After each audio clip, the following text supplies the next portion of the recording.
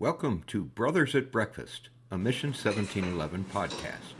If you would like to join us sometime, please contact us. We hope you'll become a regular listener and share this content with everyone you know. Good morning and welcome to another episode of Brothers at Breakfast. Today we are honored to have as our guest Dick Licciardi. He's a Marine veteran. He's a very successful businessman across several spheres of business, a really amazing to me background. And we're going to talk to Dick today about the impact of Jesus Christ on his life and his endeavors. Good morning, Dick. Morning, Nick. Nice to be here.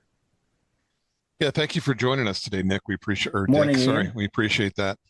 And good morning, Ian. Sorry. Too many icks. We're going to have to watch that.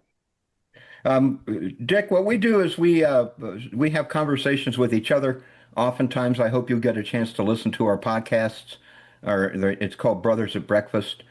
We discuss various topics, but we also like to invite guests who are believers and discuss what the various impacts of Jesus has been on their life. If we could just start, would you tell us a little bit about yourself, perhaps a brief summary? I know you've led a long and full and joyous life, but let the audience know a little bit about you, please. Well, I actually just finished a memoir of 55,000 words, so I'll try to make it less than 55,000. But basically, I was born in upstate New York, but my parents moved to the West Coast, Los Angeles, when I was 8 years old. So I kind of describe myself as an East Coast kid who was raised on the West Coast. And so there's differences, plenty of differences between the two coasts with regard to education, hard work, etc. And so I'm so glad that I was born in the East Coast, and that's what kind of gave me that work ethic that I've had over the years.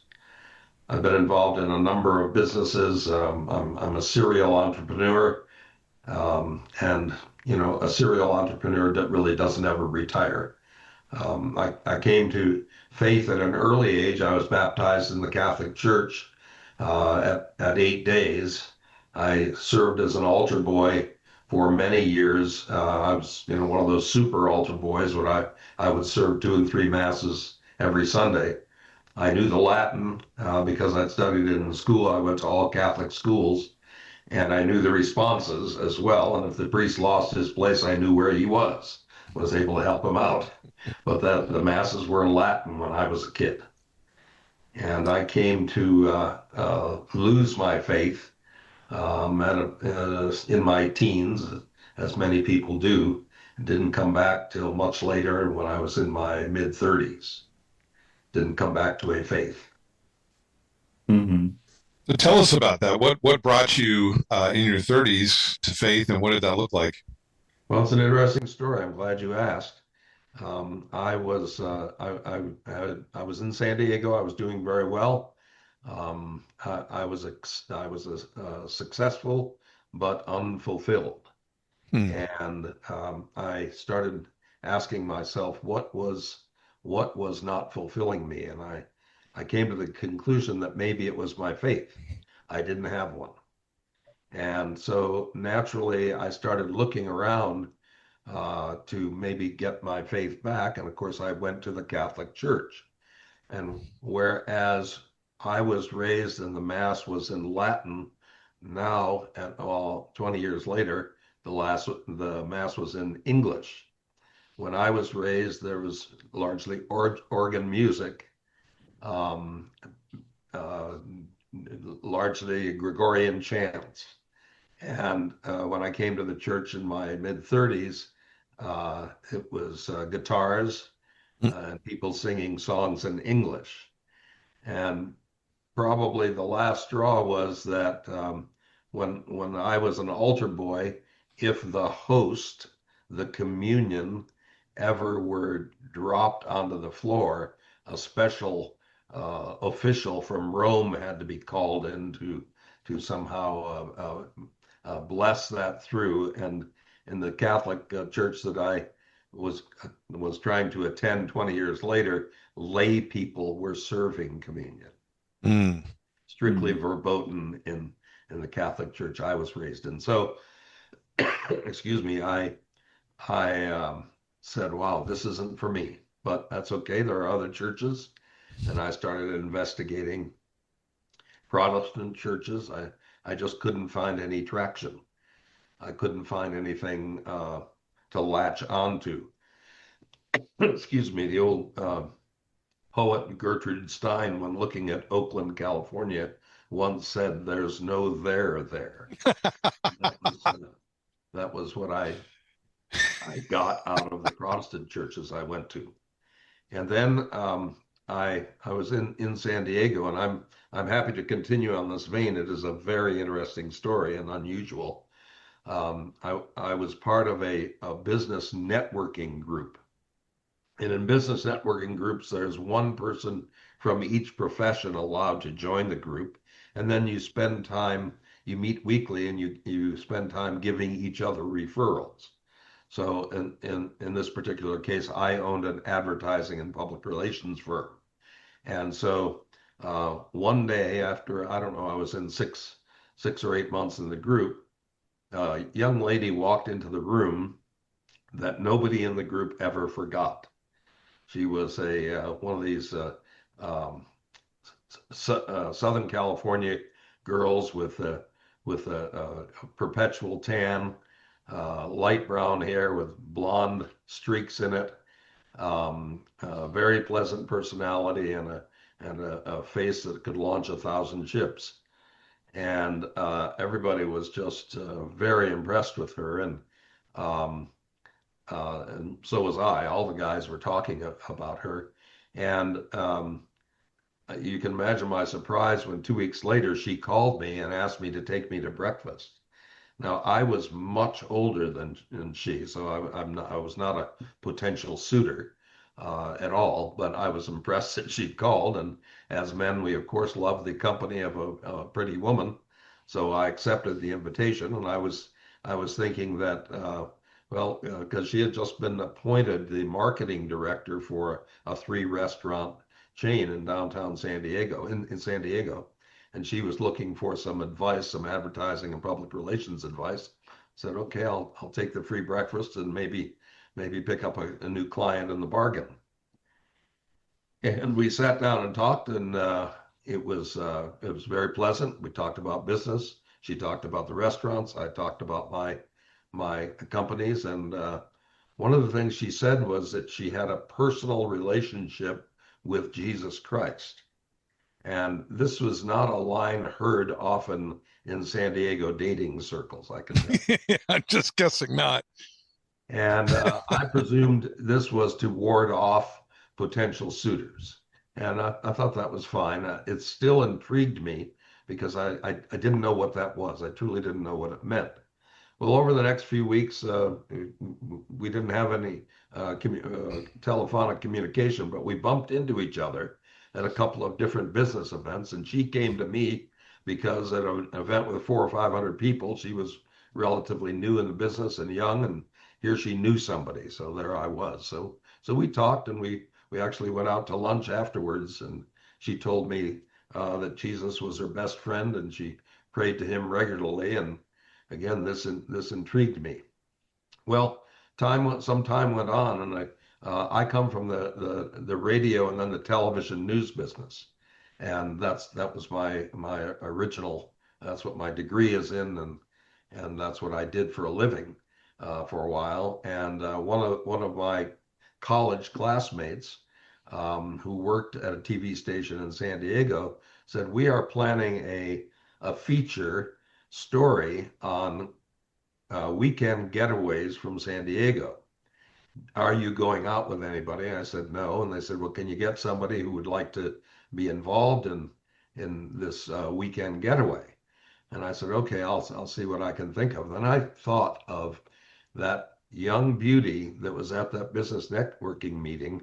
In our lunch, she said that she had gone to Hollywood to try to become an actress and a model. And of course, naturally, she ended up waiting tables. and she had said she was offered a role of working in the Playboy Club as one of the bunnies serving the drinks, and she refused based on her faith. So I called her and I said, we have a condo in Lake Tahoe. I knew she skied. The condo is 3 bedrooms and 3 bathrooms. My college roommate and his wife, my college classmate and his wife, also a college classmate, were going to be there with a film crew. I was going to be in another bedroom, and she was going to be in her own bedroom with her own bathroom. And I said, no hanky panky. And a few days later, she called back and she said, okay, I'll go. And All right. you can imagine my surprise. But I figured, well, at minimum, there was no talent fee. I asked my buddy, and he knew I had been in the business, and I said, "What's the talent fee?" And he says, "Well, I'm sorry, it's none." He says, "You get the chance to be on TV." And I said, "Well, I've already done a lot of that, so that's not sweetening the deal." But in any case, we flew up to Reno. We went over to the condo, checked in. Everybody met everybody. Everybody was pretty comfortable. The following morning, we set up for the first morning of shooting. The film crew was out getting the lighting just right. They had scouted some locations the day before. This gal by the name of Nancy, we were at the top of a hill. I skied down 100 feet or so, and then looked back up to watch her ski down. And she didn't move. You might say she was statuesque. Which I mean, what I mean is she didn't move, and so I sidestepped up the hill to find out what's going on, and she said something popped, and I said, where? She said, my knee, and she said, I'm in really, really bad pain and can't really move. So anyway, we called the ski patrol, and soon Biff arrives with the sled and took her down to the bottom of the hill. I skied down, and they took the MRI, and indeed she had a ligament had popped a piece of her knee away from her knee, so the bone was broken and had to be surgically repaired. Now, it's important that you know that I had been married for 11 years, no children prior to this, and was divorced. And I had been divorced for about 5 years. And she had been married on a brief 7-month marriage and had produced a child, a boy, from that marriage. So each of us was divorced.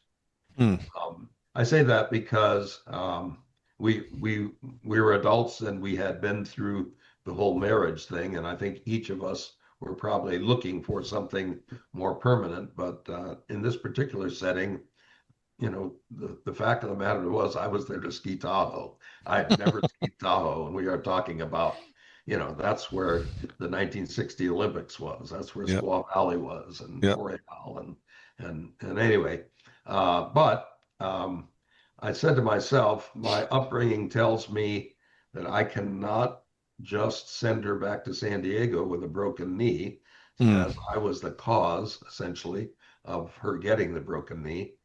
So it turned out that there are apparently some Harvard-educated surgeons who hang around ski areas. It reminds me of the old Willie Sutton, the bank robber in the 20s, when he was finally caught. The media asked him, "Why do you rob banks?" And he says, "That's where the money is." So the Harvard-educated surgeons are going to be near ski areas. So this guy said that he was going to do the surgery for her, and it would be better if she wasn't around a 2-year-old son back in San Diego with the surgery. She could do her 3 or 4 days of convalescence in Tahoe. So there we were. First, she was in the hospital for 2 days, and I spent the time with her, again, feeling a little of the old Catholic guilt, and we started talking, and we were able to explore this subject of a personal relationship with Jesus. And everything I heard was very interesting to me. And of course, nothing I'd ever heard before. And there is some benefit to changing someone's bedpan and getting to know them a little bit. And that's what I did while I was there. And soon she was. They checked her out of the hospital. We went back to the condo. I bought her a bunch of knitting supplies and rented a bunch of videos on video cassette recorders. You may never have heard of them, you young guys, but that's what they had in those You're days. funny. And of course, I got up bright and early, and I was going skiing. So there I was in Squaw Valley about 10:30 a.m., having the time of my life. But there was just something that said to me that I really didn't want to be there. And I drove back after lunch and sat down and talked. And I told her that I just had a feeling that I didn't want to be on the ski slope. And she said, you know, these women have a way of boring in on things. Well, what's the feeling? What are you having? And we just looked into each other's eyes and kissed. Hmm. And long story short, we went back to San Diego. I was dying to have a child, and she had a 2-year-old son, and I sure could have used a 2-year-old son. And I would pick him up, and we would take her to her physical therapy 3 times a week there in San Diego, and I would spend the time walking with him along the river in Mission Valley in San Diego, getting to know him. And in short, in 1 year, we were married. In that interim, she had taken me to her church, and her church was a Bible-believing Wesleyan church. And that pastor, every time I went, was speaking directly to me. Yeah, I know that one. Yeah, And so been there. I accepted Christ into my heart. I was saved. I was starting a long journey. I had just taken the first step, but it was a step that I wanted to take, and that was 38 years ago. And Nancy and I are Did still your married.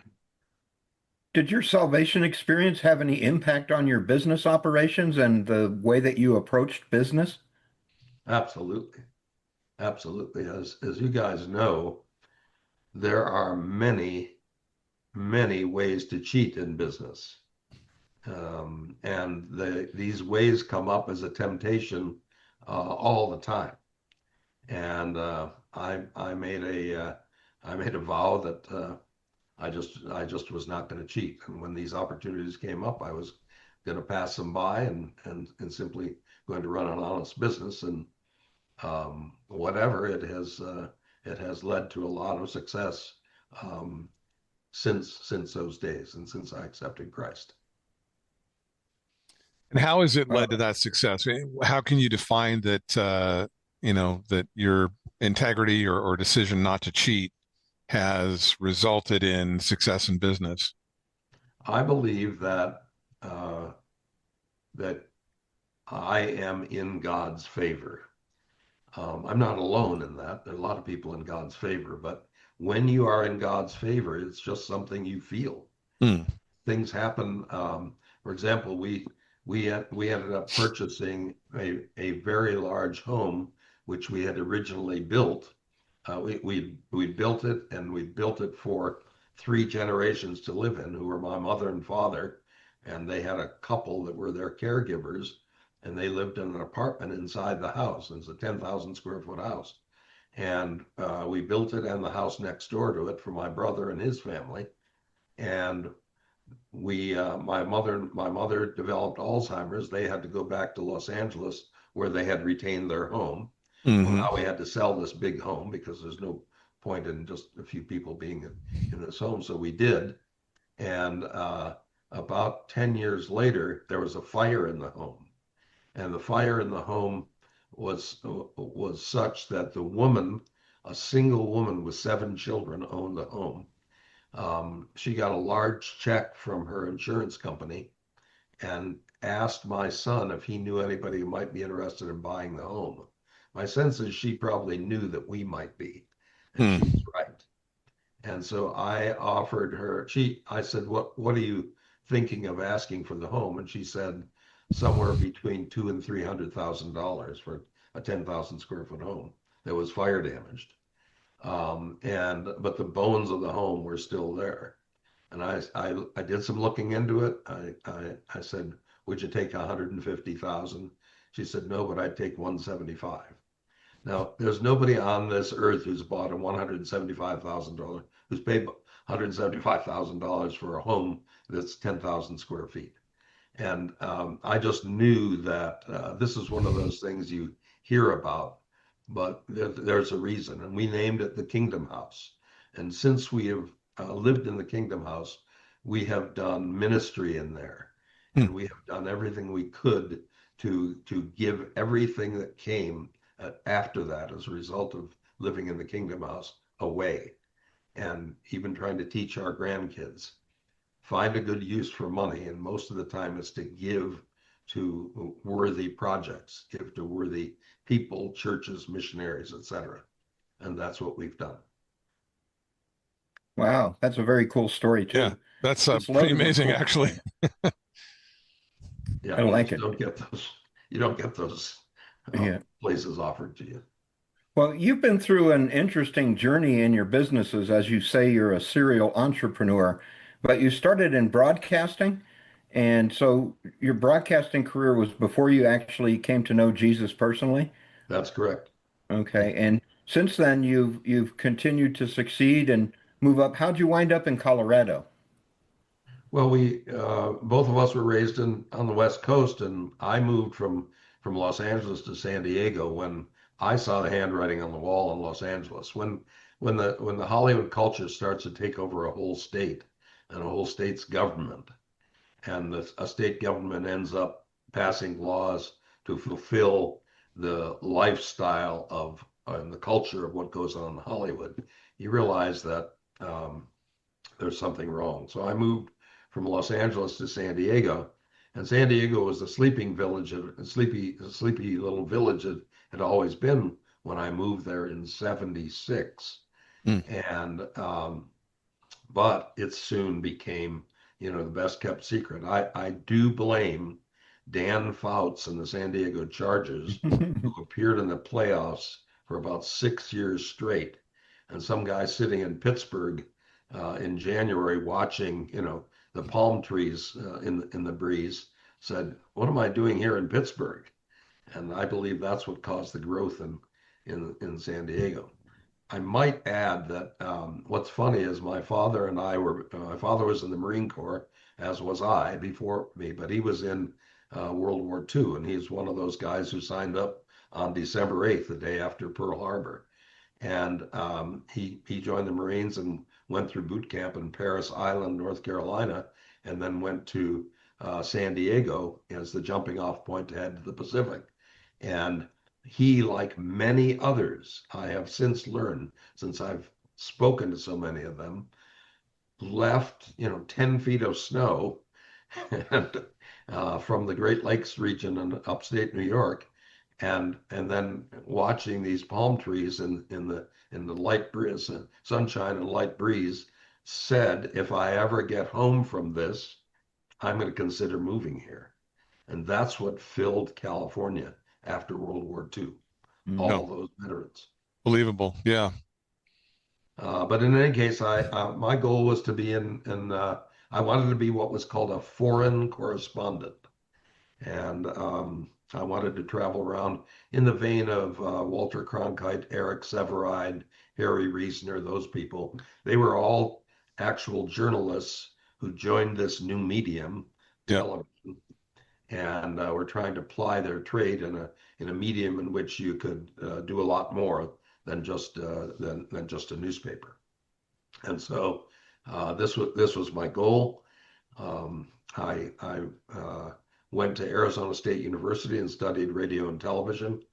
I flunked out my first year, but I learned how to drink beer and play bridge. So that was something. And how long ago was that? Well, it was out-of-state tuition that I was paying, and I was so embarrassed and ashamed because I wasted $3,000 of my father's money Oh my. for the year that I was an out-of-state student at Arizona State. Hmm. Wow. So that was a while ago. Yeah. I came back and I went to something called Don Martin's School of Broadcasting, a famous broadcasting school in Hollywood. And I went there for a year and I got what was called a first class radio license. And in those days, you needed a third class just to be on the air. And then the second and first class were more technical, but they allowed you to do a lot more at a radio station, made you very valuable. You could be on air and you could be reading the meters, is what they used to call them, that were required by the FCC. So in one person, you could get somebody who could be on the air and read the meters. Didn't have to hire an engineer that way. And so I look back on some things, and I just looked as so it's that word elect, which is a hard word for people who are new to the Bible to understand. Yeah. And am I the elect? Am I one of the elect? And that's a question I've had for many Sure. times. It could easily have gone the other direction. Yeah. Well, and I'd like to explore that a little bit with you, because I think that's an important factor for, especially younger Christians today, or people who are considering the faith, who are trying to figure it out. First of all, what advice would you have for a young person who, let's say, like you, was planning to go one direction in their life, and then all of a sudden circumstances just throw them into something else? What would you advise that person who's in that, challenge of I'm supposed to be somewhere else today? It's a very hard thing because it's not what you had planned for. I'm a real planner. Yeah. So this idea of becoming a foreign correspondent, I worked at it and worked toward it, and it's another story about having been 7 years in the radio television industry as it was changing, and there were no more real foreign correspondents as before. Sure. It was since women buy 80% of the products in this country, they were hoping to get women to watch the news. Women weren't interested in fires and earthquakes and in Iran. So I entered that business at the exact wrong time. I wasn't interested in sitting on a set and doing happy talk with my colleague about the news. And so talk about hopes dashed. So I picked myself. I resigned. I had a good job in television news business in Phoenix. I resigned and just picked myself up, dusted myself off, and said, okay, what's the next step? And I did not have a faith at the time. I was going to say, yeah. So you at this point were in between. You were no more a Catholic, and you had not yet come to Jesus as a believer in a personal relationship with Christ. So you were kind of a man adrift there. Exactly, and I lived that way. I was not I was an unfaithful husband, and again, it led me to the point after I got divorced where I said, what's wrong with me? I am not living a very good life. I'm not proud of the life I'm living. I wouldn't want to tell a child about this is the way to live. Yeah. Certainly one of the most important things we can do in life is take stock of where we're at and and understand how that plays into the bigger picture. Yeah, I guess I would say that if you have I think planning is important, and be open to God being involved in your life, being in God's favor, and He will set the direction for you. It's hard at the time. It's hard at the time to say, okay, God, what do you think? Well, it seems counterintuitive for us to ask for God's favor, but it's actually what He wants. He's looking for people who will actually seek Him and seek his favor, because the only other alternative is to reject him, right? He wants to give favor to mankind. He wants each of us to, be willing to, to hear him. He's reaching out to us. We don't have to seek him. He's already actively doing that, but we have to have, hearts and ears willing to hear and willing to receive that. So I think that's an important thing, is to say, I would like the favor of God. How do I find that? How do I come to a place where I can receive God's favor? No, I agree. I agree with you. And that's a hard thing to do. And especially if you're a person of little or no faith, Yeah. as I was. Yeah. Opening the door. I've known so many people, Dick, who have, just like you have said, once I finally stopped and opened the door, found out Jesus had been knocking and, just wanted to come in and show me his favor. So that's amazing. Well, what would you share with people who are seeking to grow their faith and move in business, or maybe they're already in business and they're looking to find that favor of God? What would you share from your experiences that would help a person in business today, especially who's really trying to, that's ambitious and trying to grow their life and business, but yet not compromise their Christian walk? Well, the first thing I would say is resist all those temptations to cheat.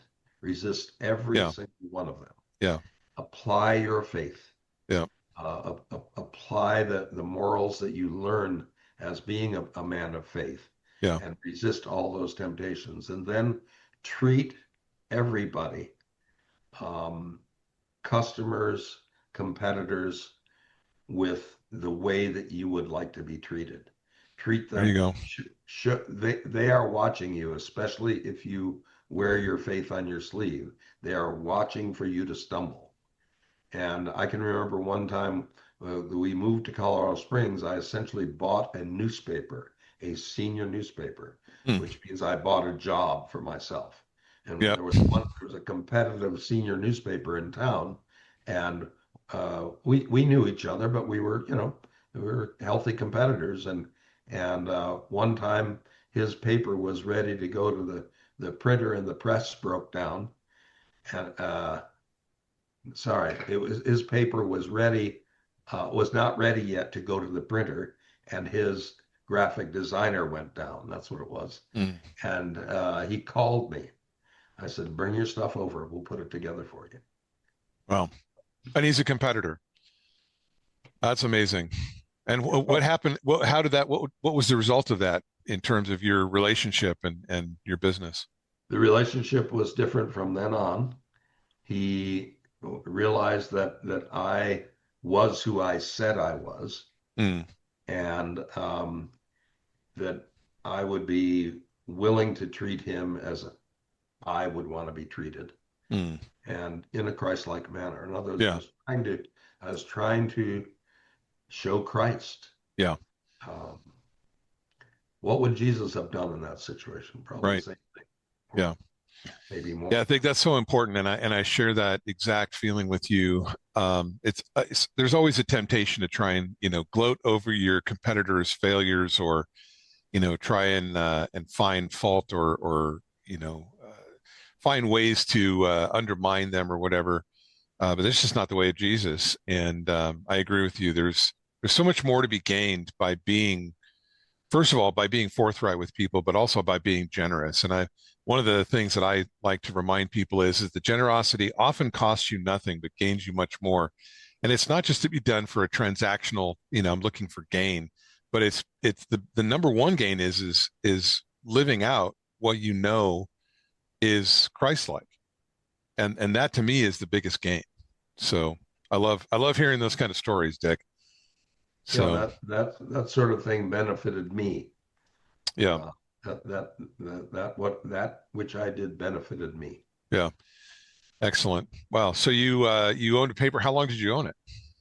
We owned the paper for about 7 years, and then we sold it to three physicians up in we had become the largest senior newspaper in the United States. Before you get too excited, there were only 400 in the U.S. I think this is a great achievement, but we were the largest. That's all right. These people courted us, figuring that if we went with them, Mm. they were looking for to start 30 papers. They Oh, could wow. get 29 others to follow suit. And Yeah. indeed, that's what happened. Mm. We're Wow. doing a series on people leaving churches right now, Dick, and I don't know if you've observed it in your own fellowship, but something that struck me about you when I met you, working in youth sports, was how active you were in sharing intergenerationally the impact Mm. of Jesus on your life. Yeah. And I think that that might be one of the keys of why people are leaving churches is perhaps that we're not transmitting to entire family groups the importance of a relationship with Jesus. What are your thoughts on that? No, absolutely true. One of the things that I have loved to do, and I'll tell you a brief story. I hope it helps set this up. We went to Israel in 2005 with the first time with our church, and our pastor's father pastored a church in Las Vegas as well. So we put two churches together, 150 people. We got on airplanes. We went to Tel Aviv for 10 days of really good, two Bible believing pastors taking us around Israel. And on the first morning, I'm an early riser, so on the first morning, I'm walking around the complex, the hotel complex, and a young man comes up to me, and I kind of recognized him as being on the airplane, but that's all. And he said, "Can you help me?" And I said, "Sure. What can I do?" And he said, "Well, I have had this attraction to a woman on the flight since we left Colorado, and I cannot stop thinking about her. Mm. And my wife and I got married 2 years ago, and we didn't take a honeymoon. We saved our honeymoon for this trip." And I said, "Well, does your wife know about this?" "Yes." "Where is she?" "She's crying in the hotel room." Mm. So my wife and I went up there. We prayed with them, and that feeling dwindled over the next day or two. So that in about 3 days, it was completely gone. And if Mm. you ever want to talk about the enemy's presence, Yeah. the young couple visiting the Holy Land, he has no idea, still has no idea who the woman was Hmm. or anything about her. But what we did, we made a promise, this young man and I, and he was 25 years younger than me, that we would get together and we would go over a book called Wild at Heart by a local author, John John Eldridge. John Eldridge, Yeah. and he he agreed to come over on Monday nights in my house, and he said, "Do you mind if I bring somebody with me?" I said, "No, go ahead." He brought 5 guys with him, Mm. and they were all his age. And for some reason, they were interested in going through this book, led by somebody who was a lot older than them, not a contemporary. Mm. And at the end of 2.5 years, after meeting in my living room every Monday night, I said, "Fellas, I'd like to do this. You guys have a nice thing going. Why don't you continue meeting with each other?" And at the time we started, the guys were either living with, had girlfriends, were living in sin. There was only one of them was married, the original guy. And in 2.5 years, all 5 of them had been married and had one or more children. Nice. And so we did that book, Wild at Heart. We did Stu Weber's book. Um, uh, Sorry, I can't. It's one of the best descriptions of a man I've ever heard. And I'll think of Stu Weber as a pastor up in the Pacific Northwest. And we did a man's book called Men of Steel. And Hmm. basically, we said that this is what man is supposed to be. He isn't what you see in the culture. This is what you're supposed to be as a man of God. And so I went off and I started finding men, young men, to come and replicate what I had done. It was even so successful that the pastors at my church said, "Where do you find these guys?" And I said, "Here's one of the ways I find them. We go to we go to the Men of Calvary meeting that we have every quarter, Mm. And there's always a guy sitting at a table by himself. I call him the lonely guy. Yeah. I go sit with the lonely guy, and we start talking. And soon the lonely guy and is there on Monday nights in my living room Wow. over I uh love that. So you going just over, go into a cafe, you reach out to a guy who's on his own and just start sharing. yeah. And That's awesome. I have found them on the street, and you have to That be is awesome. careful bringing them into your own home. But I have found them on the street, and I did that for a number of years. And Dick, thank you for sharing that. That is incredible. See, I find so many men are so afraid just to speak to other men and just find out what are they hurting with? What do they need? That's great. Well, and I think also that it's a demonstrative that God is present and working in our lives because when I met Dick, we were I was working with I don't know 28 families at the same time, but Dick and I we attracted to each other kind of like a magnet. And he made a joke about my Army shirt, and I made a joke about his Marine shirt, and we just started talking about that. And then I learned much more about his family members that have been involved in missionary work and his devotion to his grandchildren and their proper upbringing. And that was the point I was going for, Dick, is the fact that transmitting this down generations, and your story Yeah. illustrates it perfectly, but maintaining the example of men of God down through various generations, I think, is an important aspect of keeping the church strong and Yeah. keeping fellowship strong. Oh man, that is so true. That is so true, Nick. by the way, I just thought of the name of Stu Weber's book, Tender Warrior. Okay. Tender Warrior. That's good. We're going That to put to that me in the is show notes. Yeah, we'll put it in the show notes. that to Hey, me is it reminds me of a quote from a guy I used to listen to. I don't know that he was ever a preacher, but he was a professor at Dallas Theological Seminary. His name was Howard Hendrix, very sure. well-known professor from, 30, 40 years ago. And he once said that every man needs three men in his life: a Paul, a Timothy, and a Barnabas. A Paul who's somebody that can mentor him. Every man needs to have a senior mentor who can guide him along the way. Everybody needs a Barnabas who is an encourager that walks side by side with him, that'll pray with him, that'll go through the battles with him. And then thirdly, every man needs a Timothy that he mentors and trains and develops in the faith. And so I've really believed in that for now 25 years, that that is the goal, is to help men find those three relationships in their lives. And I love that you're taking on that role of the Paul and the Barnabas with younger men. That's so powerful, because that's what we have to do. We have to pass on the faith to each generation. We have to develop people, because so many people, especially men today, I think, are hurting in ways that they haven't had before. They haven't encountered this kind of a culture, and men today, especially younger men, don't know what to do with it. And they need mentors, and they need encouragers that will come alongside of them. So I think that's awesome.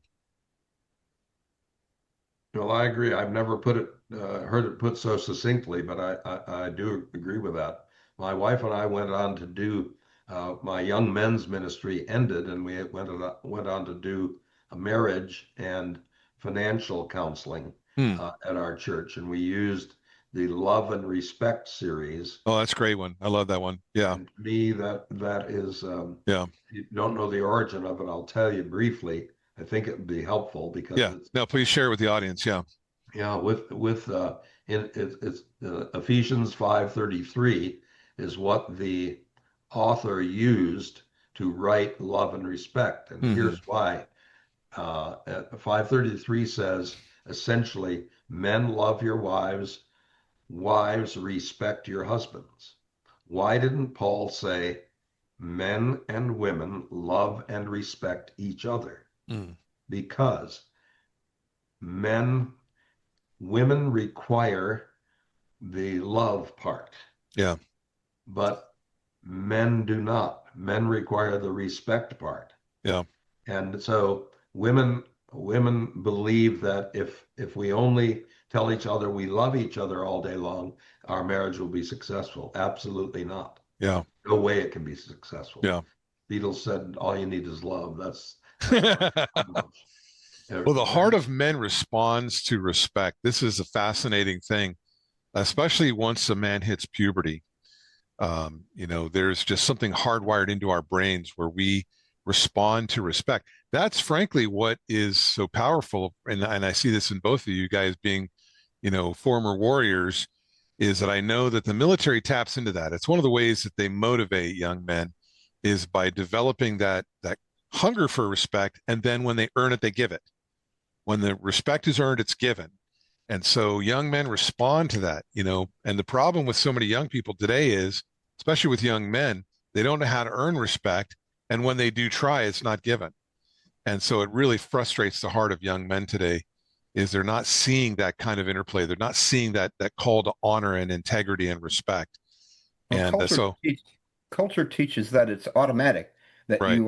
that you deserve respect, Yeah. that you haven't earned. Yeah. And respect is an earned value. It's not something that, Yeah. dignity, compassion, love, those things are innate and you can give those. But Right. respect, you have to act in a way to be respected, Yeah. truly respected. And so they're now told by culture to act out in inappropriate ways when they perceive that they're not respected without realizing that they've done nothing to earn that respect. And that's Yeah. not all men, but Yeah. that's too many of the men in this culture. Well, it's certainly become I think, epidemic among the culture in America. And it's sadly true that our enemies are seeing this and they're exploiting it. If you look at what, all of these, Islamic teachers, imams, whatever you call them, they're seeing this emptiness of young men in our society, and they're exploiting that because they recognize that is a craving that young men have. Unfortunately, they're filling it with an evil form of, respect, which is a form of honor that's evil and destructive. So, but yeah, that's a big issue for today. Hey, listen, we are actually beyond our time, and I know that means my engineer has to do a lot of work on editing. So I want to offer just a chance to kind of do a wrap up. Nick, do you have any question or any thought on your heart at this point that you'd like for Dick to explore? Yes, Dick, would you mention the name of the nationwide writers group that you belong to, please? Yes, it is a group called Word Weavers, Weavers, Word Weavers. It was started by um, uh, Jerry Jenkins. Who's Jerry Jenkins? Yeah, He's an author of about 35 books, but along with Tim LaHaye, he yeah, wrote the Left Behind series. yeah, yeah. He's a great writer guy, and I've at some points have subscribed to his thing. So I love that that's what you're part of. And Jerry's son Dallas is the producer and founder of The Chosen. Right. Yeah. So anyway, it's a very interesting group and very worthwhile. And it's nationwide, correct? It is. Yeah. Word Weavers. You can go in person or online. Great. That was my follow-up end question. And I just wanted to express to the audience that I know Dick personally, and he's had a great and positive impact on my life. I've leaned on his wisdom a couple of times, and it's very gracious of him to join us at Yeah. Brothers at Breakfast. Thank you for joining us, Dick. It's great. You've shared a lot of wonderful stuff. So My pleasure. really Thank you. appreciate your time.